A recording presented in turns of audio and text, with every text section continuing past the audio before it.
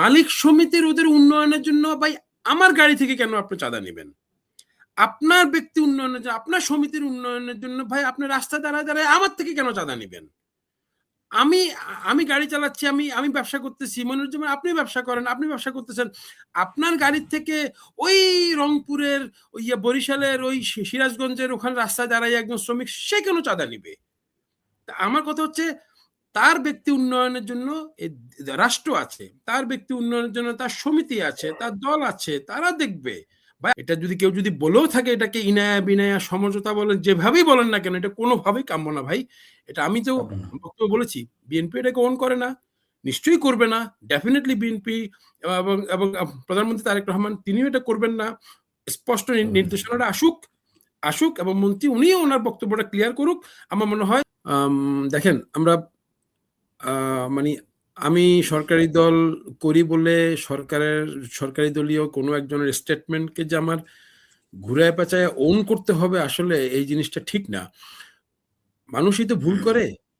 মানে মন্ত্রী রবিউল উনি তো আর মানে ফেরেস্তা না যে উনি একেবারে মানে ধোয়া তুল মানে এমন কিছু, ওনার কোনো প্রকার ভুল হতেই পারে না। ভুল হলে সেটাকে ভুল এক বাক্যে স্বীকার করে, বা ভুল যেটা সেটা ভুলই, সেটাকে আসলে আর কোনো, এটাকে যতই আপনি কাকুতি মিনতি করেন, যতই মোস্টামস্তি করেন না কেন, সেটাকে আর সোজা করতে পারবেন না। সুতরাং মানে আমাদের ভুল স্বীকার করাটা উচিত, এবং সে অনুযায়ী কিন্তু একটা সঠিক কি বলতে চেয়েছেন সে বক্তব্যটা আসলে কিন্তু ব্যাপারটা কিন্তু দুধ কা দুধ পানিকে পানি হয়ে যায়।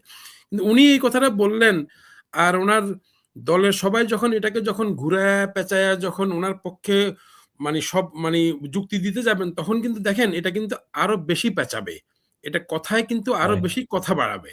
সুতরাং আমাদের উচিত ভাই, আমি বিশেষ করে মনির ভাই হয়তোবা এক বাক্য একটা বারও কিন্তু মনির ভাই মুখ থেকে শুনলাম না যে ডেফিনেটলি ওনার এই বক্তব্যটা সঠিক না, উনি এটা সঠিক বলেন নাই।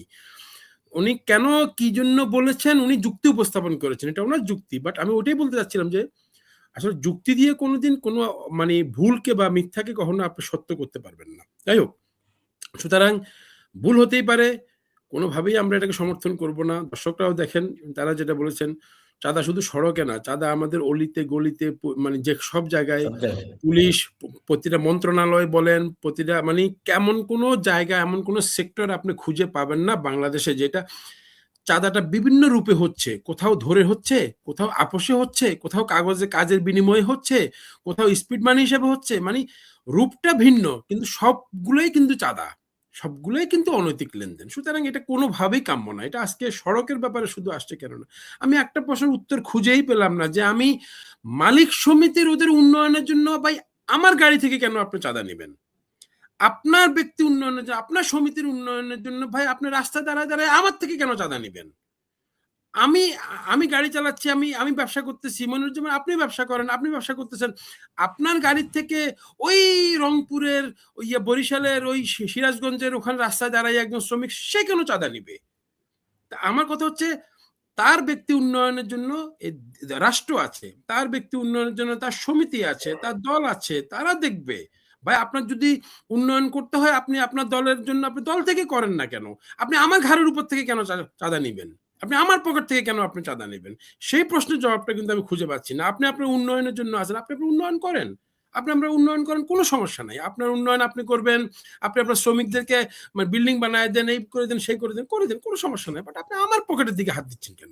এই এই জিনিসটা, এই স্পষ্ট জিনিসটা আসলে মানে আমি খুঁজে পাচ্ছি না, যেটা আপনি জনগণের কাছ থেকে কেন নেবেন? রিক্সাওয়ালা থেকে শুরু করে, টেম্পোওয়ালা থেকে শুরু করে, সিএনজিওয়ালা থেকে শুরু করে, ট্রাকওয়ালা থেকে মানে ভ্যান, বাস, মানে হেন কোনো যানবাহন নয় তার কাছ থেকে চাঁদা নেওয়া হবে না।